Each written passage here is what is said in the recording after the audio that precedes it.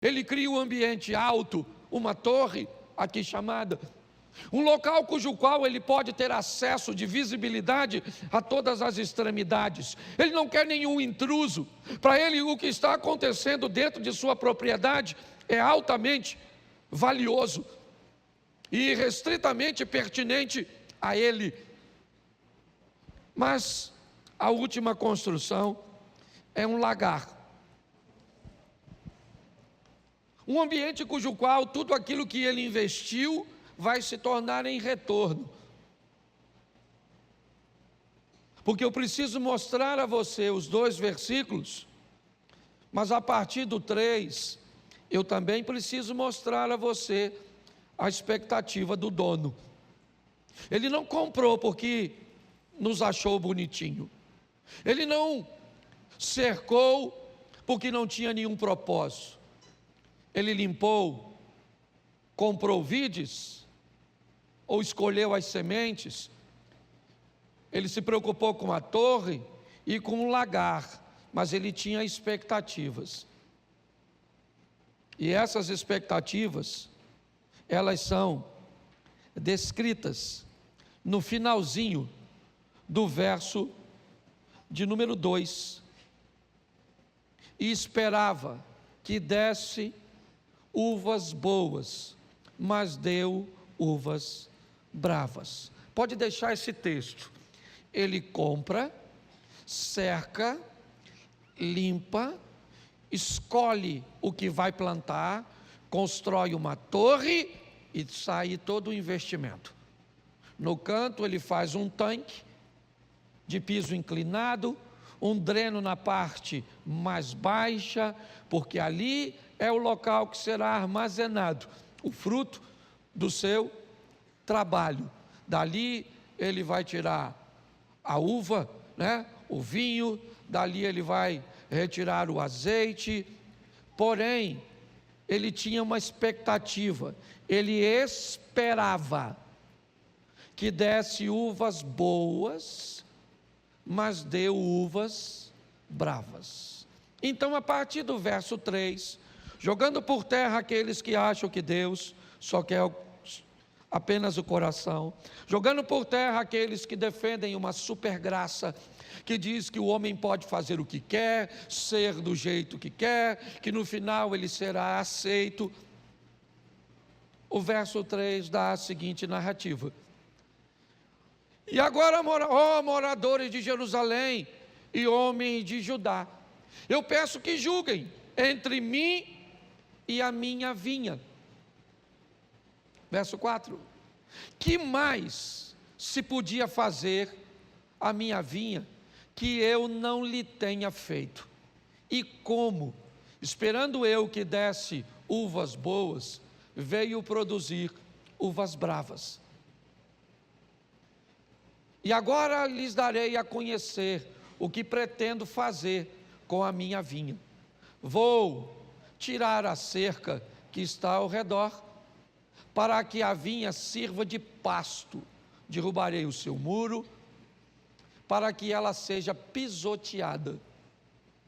Farei dela um lugar abandonado, e não será podada, nem cevada, mas crescerão nela espinheiros e ervas daninhas. Também darei ordem às nuvens, para que não derramem chuva sobre ela. Vamos lá, porque a vinha do Senhor dos Exércitos é a casa de Israel, e os homens de Judá são a planta preferida do Senhor, certo? Este esperava retidão, somente até aí.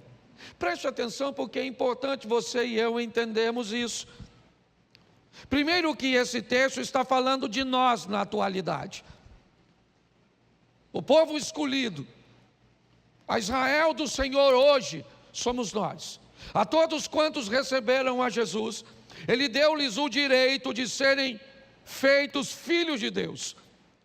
Nós recebemos em Cristo o direito de sermos feitos filhos de Deus. Então, se entendemos esse processo, vamos descobrir que precisamos nos tornar produtivos, que precisamos valer um investimento. É assim que funciona.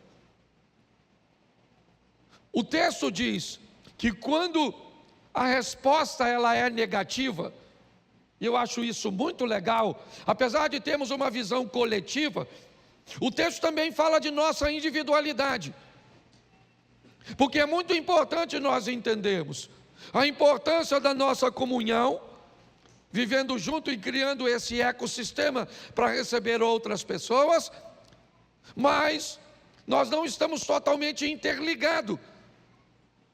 Porque se alguém planeja ser desobediente e viver ao lado de um desobediente, nós teríamos praticamente duas vinhas diferentes em cada um de nós. Nós não temos como responder pelo outro. Essa é a grande verdade. Mas vamos entender primeiro esse processo de compra. Se essa vinha somos nós, preste atenção na primeira carta aos Coríntios, capítulo 6, verso 20. 1 Coríntios 6, 20, diz aí, coloca aí por favor, isso, porque vocês foram comprados por preço, e agora pois, glorifiquem a Deus no corpo de vocês. Presta atenção, a compra foi feita, mas o resultado, a expectativa é que Deus seja glorificado na minha vida, no meu corpo e na sua vida. Ele nos comprou, sim ou não? E isso é legal de dizer, mas comprou por quê? Ou para quê? Para que o nome dele, para que o nome de Deus fosse glorificado na nossa vida. E o preço foi alto, 1 Pedro 1,18. Sabendo que não fosse mediante a coisas perecíveis, como prata e ouro, que vocês foram resgatados da vida inútil que seus pais lhe legaram, mas pelo precioso sangue de Cristo, como de um cordeiro sem defeito e sem mácula. Então está aí, ele nos comprou, é verdade, o preço de sangue. Para que ele nos comprou? Para que o nome dele fosse glorificado através da minha vida, através da minha postura, através do meu casamento, através do meu filho, dos meus filhos, através dos meus negócios. Essa semana passada aconteceu uma coisa bem interessante comigo. Um tempo eu estava entrando para a igreja, lá quase em frente ao Correio, na primeira rua, a rua da Policlínica. E tinha carro parado de todos os lados. E eu então, quando entrei, eu escutei um barulho. E eu desci do carro, eu tinha batido no carro de uma pessoa. Então eu comecei a procurar a pessoa e não achei. E eu estava atrasado, não podia ficar lá procurando. Em frente, o local onde eu bati, tem uma carrocinha de cachorro-quente. Eu fui lá e falei com o pessoal da carrocinha de cachorro-quente: ó, eu bati naquele carro ali. Vocês sabem de quem é? Ele falou: eu não sei não. E aí então, eu falei: olha, quando eles chegarem para tirar o carro, avise que o carro está arranhado, que quem bateu fui eu, para me procurar, que é para eu resolver. Nunca ninguém me procurou. Também agradeci a Deus. Não vou ser hipócrita. Foi um acidente, eu não bati porque quis. Mas mesmo sendo sem querer, eu tinha que pagar, sim ou não? Esses dias, estou lá tomando um café na Bolsa de Valores aqui de Xerém. Ali, é uma padaria que a gente toma café. Estou lá, aí o cara: e aí, pastor, como é que o senhor está? Tudo bem? Eu falei: tudo bem. Aí chegou um amigo: tá. E aí, pastor, o senhor bateu no meu carro, hein? Eu falei: bati não. Bateu, pastor, sabe aquele carro que o senhor bateu lá na entrada da Policlínica? Eu falei: sei, rapaz, bati. Falei: olha Deus mandando a fatura. Eu falei, rapaz, eu avisei lá, te falaram que eu bati. Não, a moça lá falou que o senhor bateu no carro, tá? Mas foi um arranhãozinho pequenininho. Entendeu? Que é isso, pastor? Nossa, eu já fui na igreja diversas vezes e nem falei com o senhor, deixa isso para lá. Aí eu fiquei pensando, se eu não tivesse feito aquilo. Vou te falar, foi uma das únicas vezes que eu me envolvi em acidente, assim, que o cara ficou feliz. Ele se sentiu honrado de que eu tinha... Olha que coisa legal. Deixa eu falar uma coisa para você. A sua postura, porque o Satanás manda até você fazer, mas não guarda segredo não. Eu lembro da história de um cara que arrumou um amante, escondidinho, e foi lá na Praça 11, no circo. Não esqueça disso. Está ele lá escondido. Deram um tiro lá do morro, lá de cima do rodoviária. Acertou quem? Justamente nele. Do lado da amante. Descobriram que ele estava com a amante. Então deixa eu falar uma coisa para você. O Senhor nos comprou para que o nome dele seja glorificado através da nossa vida. Então nós temos que prestar atenção em tudo aquilo que fazemos, sim ou não? Porque o investimento é alto. Então ele nos comprou sim por preço de sangue. Como disse o texto, não foi ouro, não foi prata, ninguém podia nos comprar. Mas após a compra, ele tem uma preocupação. Mostrar para todo mundo que aquela propriedade agora tem dono. E o que é que estabelece num ambiente, ou quando o assunto é terras, que ela tem dono? Quando? Quando ela está cercada. Quando você compra um terreno, quando você compra uma propriedade, você tem um documento, e o documento, ele está com você na sua casa, no seu escritório. Ali você tem a prova de que aquilo é seu. Mas se você quer mostrar para todo mundo que aquela propriedade é sua, você vai lá e enfia uma cerca.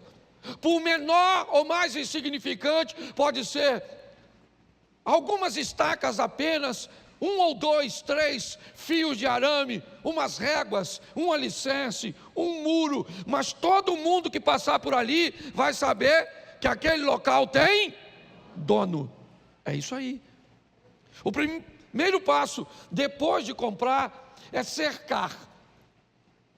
Eu poderia usar alguns exemplos para vocês, que não estabelece necessariamente uma propriedade de verdade, mas pode mostrar um aparente dono. Você quer ver? Vem uma pessoa andando na rua, com uma Bíblia na mão. Você pensa o quê? É propriedade do Senhor, sim ou não? Porque está usando na mão ela carrega algo, pode até não ser, certo? Mas aquele é um moirão, é algo que identifica aqueles que pertencem a Deus. Se às vezes está num lugar, chega num ambiente, tem alguém lá cantando, foi na cruz, onde um dia eu vi. O que você pensa? É crente. Pode até não ser, mas está utilizando, certo? Algo de pessoas que pertencem a Cristo. Cercar é muito importante. Eu separei 2 textos aqui, e para mim eles são bem interessantes. Salmo 127, verso 1. Se o Senhor não edificar a casa, em vão trabalham os que há. Se o Senhor não guardar a cidade, em vão vigia. Deixa eu te explicar uma coisa desse texto, que por muitas vezes foi mal compreendido. Preste atenção. O templo tinha sentinela, sim ou não? Sim ou não? Então por que o templo de Deus e as coisas de Deus tinha guarda se Deus guardava. Você já parou para pensar nisso? Às vezes algumas pessoas me perguntam: pastor, eu confio em Deus, será que meu carro precisa de seguro? Eu confio em Deus, será que eu preciso de um plano de saúde? Pastor, eu vi fulano indo em determinados lugares e ele estava com segurança. Será que precisa de segurança? O texto é bem claro: se o Senhor não guardar, em vão vigia. Então o texto diz que existe um sentinela, sim ou não? Existe um sistema de segurança, existe uma prevenção, e ela vai proteger de tudo aquilo que conseguir proteger. E se ela não conseguir proteger, quem é que entra em cena? O Senhor. Nós precisamos entender essa expressão, guardar a cidade. Entendemos que a Bíblia nos diz que o Senhor dá ordem aos seus anjos, para que eles possam se acampar ao redor daqueles que o temem e o livram. Salmo 34, 7. Então eu preciso entender que quando eu tenho sobre mim essa cerca que ele estabelece, seja a cerca da palavra, seja do louvor, da postura, da moral, da ética, tudo isso que eu convivo, quando alguém olha para você, mesmo que você não fale nada, ele começa a identificar que você tem um dono, porque nesse mundo só existem dois donos: um dono verdadeiro e um suposto dono, e você vai se parecer com um deles. Com o que, pastor? Com a cerca, com aquilo que te cerca, com aquilo que te envolve. E é importante que as pessoas vão olhar e dizer: você foi comprado por preço de sangue, e olha o estilo de vida que essa pessoa vive. O próximo passo, o terceiro, é limpar. É lógico, ele vai limpar. Ele já comprou, ele já cercou, agora é propriedade dele. Ele limpa dentro ou fora? Ele limpa dentro. A propriedade é a dele. Então ele vai entrar e vai limpar das pedras. Mateus capítulo 13, coloca para mim, por favor. Verso 20 e 21. Mateus 13, 20. O que foi semeado em solo rochoso, com pedras, esse é o que ouve a palavra e logo recebe com alegria, mas ele não tem raiz em si mesmo, sendo de pouca duração. Quando chega a angústia ou a perseguição por causa da palavra, ele logo se desvia ou se escandaliza. Preste atenção. O texto diz que ele cerca e a primeira coisa que ele faz é remover as pedras. Ele vai usar o solo. Então ele retira as pedras. Por quê? Porque ele vai semear. E as pedras são inimigas poderosíssimas para as raízes. O que faz uma planta se estabelecer são suas raízes. São elas que determinam basicamente a sua estrutura para suportar ambientes de seca, intempéries como vento, enxurrada e tantas outras coisas. Quanto mais enraizado a vinha ou essa muda estiver, quanto mais profunda for suas raízes, quanto mais estabilizada for seus posicionamentos, mais adversidades elas enfrentarão, ou estarão prontas para enfrentar. Por isso que nós vemos pessoas que você observa e elas chegam num ambiente, cresce com uma facilidade muito grande, aparece, desponta, quer cantar, quer trabalhar, quer ir para os ministérios. Eu fico lá fora, eu fico aqui dentro, eu vou para o ministério infantil, eu estou no Manhã com Deus, eu estou na oficina da alma, eu participo de tudo, mas é só aquecer um pouquinho, é só criar uma dificuldade e pronto, ela se escandaliza, ela vai embora. Estava mal intencionada? Não. Ela só não tinha profundidade o suficiente para, no momento de escassez, ter uma fonte de onde ela iria retirar seus nutrientes, sua água, recursos, para que elas consigam se manter firmes, muitas vezes secas. Você viaja para algumas regiões, até mesmo aqui no Brasil, mas tem algumas regiões que, se você chegar no ambiente, você vai ver basicamente todas as árvores secas. Não tem uma folha nela. Seca, seca de seca. Se você não tiver acostumado, você pensa que se tacar fogo naquilo, pega tudo. Mas se você chegar pertinho dela e tentar quebrar um galinho, você vai ver que, ao invés de quebrar, ele vai envergar. O que indica que ele não está morto, ele está seco, porque o ambiente externo não é agradável. A umidade desapareceu, a chuva não aparece, o vento arrancou as folhas, a terra começou a rachar. E do que ele está sobrevivendo? Daquilo que está lá embaixo. Lá de baixo ele está tirando suas forças, ele está tirando seus nutrientes. Por isso que a Bíblia chega a dizer que a fé é loucura para alguns. Porque quando você olha em torno da pessoa, todo o ambiente é inóspito, é inadequado, é um ambiente onde todos morreriam, mas ele não está sobrevivendo da periferia do ambiente que está em volta. Ele está tirando recurso lá do eterno, lá de baixo, porque ele está, profundo, enraizado. E isso só acontece com quem remove pedra. Pastor, está aí as pedras, certo? As preocupações, angústias, perseguições, tantas coisas que ele usa como exemplo. Quando ele vai falar dos espinhos, na mesma parábola do semeador, ele fala de coisas materiais, mas agora ele está falando de coisas emocionais.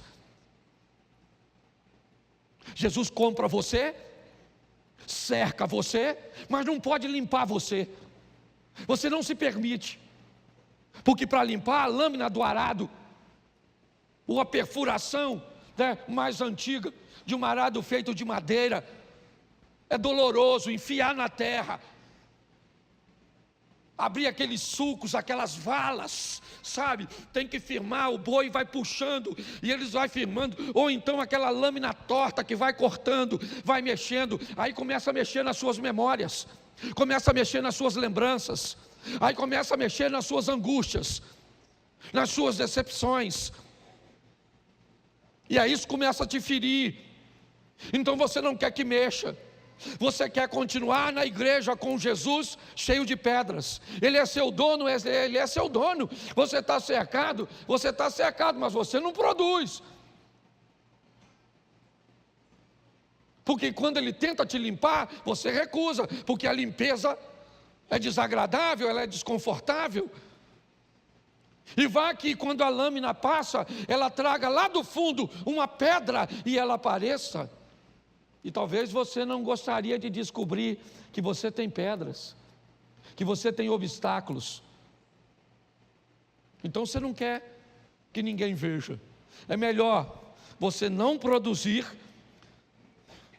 do que alguém enxergar as suas mazelas, as suas pedras. E ele limpa das pedras. João capítulo 15, verso 3. Olha só, João 15, 3. Vocês já estão, por causa da que vos tenho, vós já está limpo, por causa da palavra que vos tenho, ou que lhes tenho falado. Essa é eu sou a videira, vós sois as varas. Aquela que está em mim, essa dá muito fruto. Preste atenção, o paralelo é o mesmo. Quando você vê esse texto aí, ele não está falando de pedra não. Vós já estão limpos. Essa limpeza é a poda. É a remoção de uma área improdutiva de uma planta. É alguém que tem interesse de que outras áreas recebam total atenção de nutrientes e de produtividade. Então, se tem um galho produzindo aqui, e tem algum brotando desse lado aqui, normalmente ele vai ali e poda, para que a força que estava sendo canalizada para esse galho, agora seja canalizada para o outro. A limpeza nem sempre é remover as pedras, não. Às vezes também é a poda e a remoção de áreas que te tornam improdutivos, que faz com que você não produza, e isso precisa sair da sua vida. Agora vamos ao quarto. Plantou de excelentes. Eu gosto dessa expressão, excelentes. É alguém que não vai permitir que qualquer coisa seja plantada. Por quê? Porque eu comprei por preço de sangue. Por quê? Porque eu gastei dinheiro com cerca. Por quê? Porque eu trabalhei para tirar as pedras. É tanto investimento que eu não vou plantar qualquer coisinha. Eu vou escolher as melhores mudas, as melhores sementes. É isso que ele está fazendo. Capítulo 4 de Filipenses, verso 8. Filipenses 4, 8. Preste atenção. Finalmente, irmãos, tudo que é verdadeiro, eu quero plantar em você. Tudo que é respeitável, é o que eu quero plantar em você. Tudo que é justo, é o que eu quero plantar em você. Tudo que é puro, é o que eu quero plantar em você. Tudo que é amável, é o que eu quero plantar em você. Tudo que é de boa fama, é o que eu quero plantar em você. Se alguma coisa, ou se alguma virtude há, né? E se algum louvor existe, isso, não, seja isso o que ocupem o pensamento de vocês. Isso. Vamos trocar a terra por nossa mente. Tudo que é puro, tudo que é justo, tudo que é amável, é o que Deus está tentando plantar em nós. É isso. Essas são as sementes que Ele escolheu. Agora, tudo que é impuro, injusto. Você olha para algumas pessoas e a Bíblia é muito clara. Você quer conhecer uma árvore, olhe para seus frutos. Pare de se preocupar com uma pessoa chega, se chega de carro, se chega a pé, se chega bem vestida, ou mal vestida, se chega, se é bonita. Se você quer avaliar a pessoa de verdade, observe o que ela produz. É a produtividade que determina, né, a qualidade. Então ele está dizendo, o que é puro, o que é verdadeiro, o que é honesto, o que é justo, é o que eu estou tentando semear dentro de você. Se você não produz, sabe o que é? É que o que estão plantando, ou o que você está permitindo, ou se permitindo plantar, é uma coisa diferente. Então por que que é injusto? Por que que é impuro? Por que que é pornográfico? Por que que é desonesto? Por que que é escandaloso? Por que que não é amável? Por que que a fama sempre é ruim? Por que que não tem virtude nenhuma? Por que que não tem nenhum louvor? Por quê? Por causa da semente. Mas pastor, está tudo certo. Vamos lá. Você quer? Vamos para a Bíblia. Vamos lá. O homem planta, e à noite vem o inimigo e semeia o joio. Lembra a parábolazinha? Sim ou não? O proprietário não plantou o trigo, mas de noite veio o inimigo e plantou o joio. Preste atenção. Hoje Deus está tentando plantar o amável, o justo, o honesto, o verdadeiro, o puro, tudo em cada um de nós. Mas o inimigo também está querendo jogar sua sementinha. Mas quando é que nós vamos descobrir isso? No final da parábola. É no final da parábola que nós vamos ver. Mas a proposta de Deus é: eu comprei, eu cerquei, eu limpei e eu plantei de excelentes vídeos. Mateus 26, 41.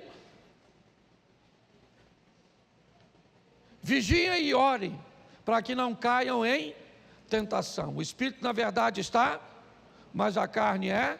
Eu gosto dessa expressão vigilância, porque é isso que ele estabelece na torre. Um ambiente de vigilância.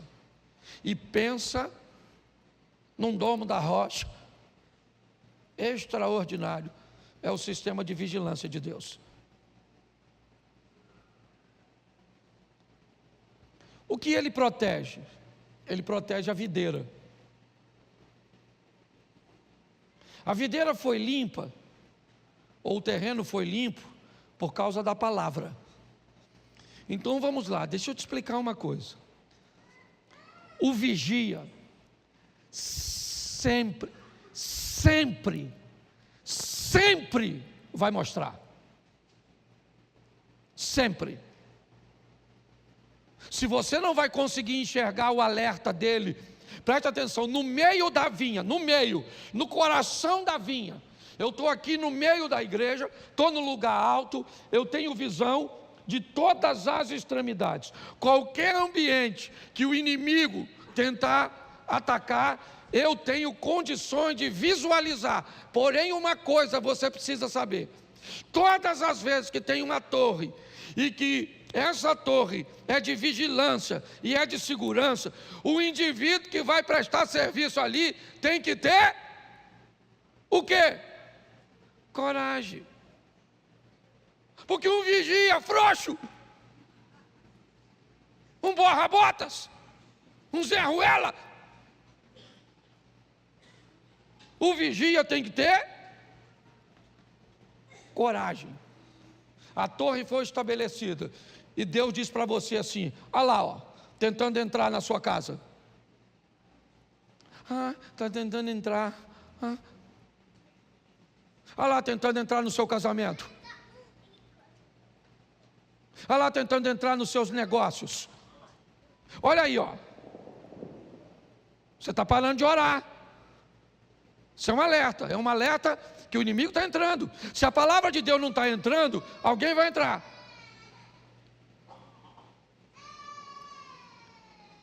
Você consegue entender? Então nós precisamos criar um ambiente que tenhamos coragem, para quando o Espírito Santo direcionar e mostrar e dizer: olha, está entrando lá, então nós vamos para lá. Não é assim que funciona o sistema de segurança do nosso corpo? Os glóbulos brancos, não é isso? O que acontece? Cortou, vai todo mundo para lá, ó. É um exército. Qual é? Estamos protegendo de qualquer processo infeccioso. É assim que tem que ser. Por quê? Porque o que está lá dentro é muito valioso. Alguém pagou com sangue, alguém cercou, limpou, plantou de excelentes vides, e agora está lá o sistema de segurança.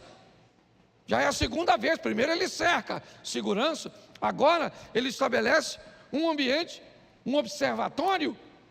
É isso que era a torre, para que o inimigo não entre.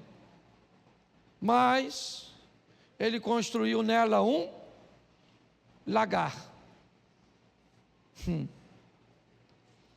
Mateus capítulo 5, verso 13, coloca aí, varão. 5,13. Vós sois o sal, e se o sal vier a ser sem sabor ou insípido, como lhe restaurará o para nada mais, senão para e ser pisado pelos? Verso 14. Vós sois, ou vocês são, a luz do, senão, é porque eu fico com um texto na outra tradução. Não se pode esconder uma cidade situada no alto de um monte. Vamos lá, até o 16. Bota o 15. Isso. Nem se acende uma lamparina para colocá-la debaixo de um cesto, mas num lugar adequado, onde ilumina bem a todos que estão na. Verso 16. Assim também brilhe a luz de vocês diante dos, para que vejam as obras que vocês fazem e glorifiquem o Pai de vocês que está nos céus. O investimento é o mesmo. Vocês são o sal da terra, videira, Sempre algo que está produzindo para um ambiente coletivo, para que todos que olharem para você, para os seus negócios, para a sua vida, para a sua família, glorifiquem o Pai de vocês. É assim que funciona. Então o investimento foi feito. Agora, eu vou te mostrar. Se você não lembra, deixa eu te mostrar. Números 23, 19. Deus não é homem, nem filho do homem para que mude. Será que, tendo ele, não... Então deixa eu falar uma coisa, por favor, está na Bíblia. Quando alguém vier falar com você, não é bem assim. Deus não mente. E o que Ele falou, Ele vai. Então bota no Apocalipse para a gente causar terror na turma. Vamos para o Apocalipse 22, 15. 22 de Apocalipse. É que o irmão botou o restante do texto lá. É bom que o povo lê. Fora ficarão os cães, os impuros, mas quem mais? Idólatras, e todo aquele que ama e pratica essa turma aqui é a mesma da vinha, que farei, que mais poderia fazer entre eu e a minha vinha que não tenho feito? Então agora o que eu vou fazer? Eu vou arrancar a cerca, vou botar os outros para pisar, e vou tacar fogo, e vai se lascar. Quem é que está lá dentro? Eu e você. Então deixa eu falar uma coisa para você. Pai, as pessoas estão perguntando, todo mundo aí. Pastor, Jesus está voltando. Pastor, o que eu faço? Meu Deus, estou com medo danado de ir para o inferno. Já foi. Se você está com medo de ir para o inferno, significa que você está lá. Você não tem que ter medo de ir para o inferno. O inferno não é para você, é para o Satanás. A Bíblia diz, o inferno foi feito para o Satanás e para os seus, só que eles estão se sentindo solitários, que é companhia. Então o que ele fez? Arrumou uma vaga para você, esperando você lá no inferno. Você quer ir? Mas tem gente que não quer, mas vai. Então o que nós temos que fazer? Pastor, quando é que eu sei que eu vou para o céu? É fácil. Sabe quando você vai para o céu? Quando o nome de Deus é glorificado através da sua vida, porque isso é produtividade. Quando as pessoas te reconhecerem, não é quando você se reconhece. Que eu acho muito legal quando gente fala assim, não, porque eu agora, sabe? Porque eu faço, porque eu tenho. A Bíblia é bem clara. Se uma pessoa julgar a si mesma, ela jamais será. O importante não é o que você pensa de si. Pastor, é o que os outros pensam? Na minha colocação agora, sim. Você também não pode vender, a sua imagem para os outros. Mas é importante que as pessoas olhem para você e dizem assim, que raiva que me dá. Como é que anda, todo bem vestidinho, tudo empinadinho, alegrinha, todo dia, pensa que vai para o céu, Quando alguém tem raiva de tu, porque você glorifica a Deus, continue glorificando. A Bíblia diz que ser perseguido dessa forma é bom, sim ou não? Mas quando alguém diz, para eu ser crente igual aquela fofoqueira miserável lá, aquela praga, língua de trapo, aquele vagabundo sem vergonha, mulherengo, não paga ninguém. Quando alguém falar assim é porque você tem outro pai.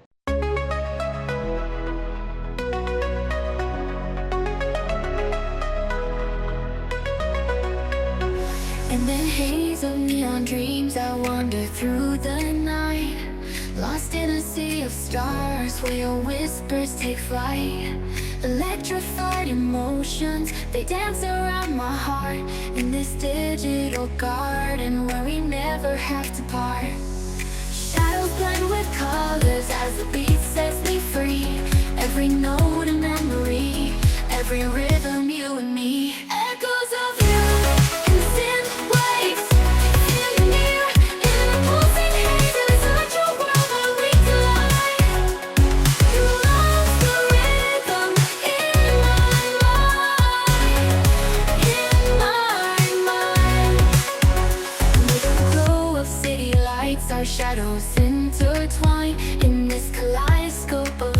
where the past and future align. With every step I take, I feel your presence strong. And this digital symphony where our hearts belong. Shadows blend with colors as the beat sets me free. Every note a memory, every rhythm you and me. Echoes of you in synth waves, feel you near in the pulsing haze. Inside your world where we collide. You love the rhythm in my mind, in my mind. And in silence between the beats I find your voice. In the flicker of the lights I see your choice. Together in this dream we'll never fade. In the echoes of our love we'll always stay. Echoes of you in the synth waves, feel you near in the pulsing haze. Inside your world where we collide. You love the rhythm in my mind. Music fades away in the quiet of the night. Your echoes stay with me in the softest synth light. In this digital garden where our love resides. In the echoes of you, I'll always confide. As the music fades away in the quiet of the night, your echoes stay with me in the softest.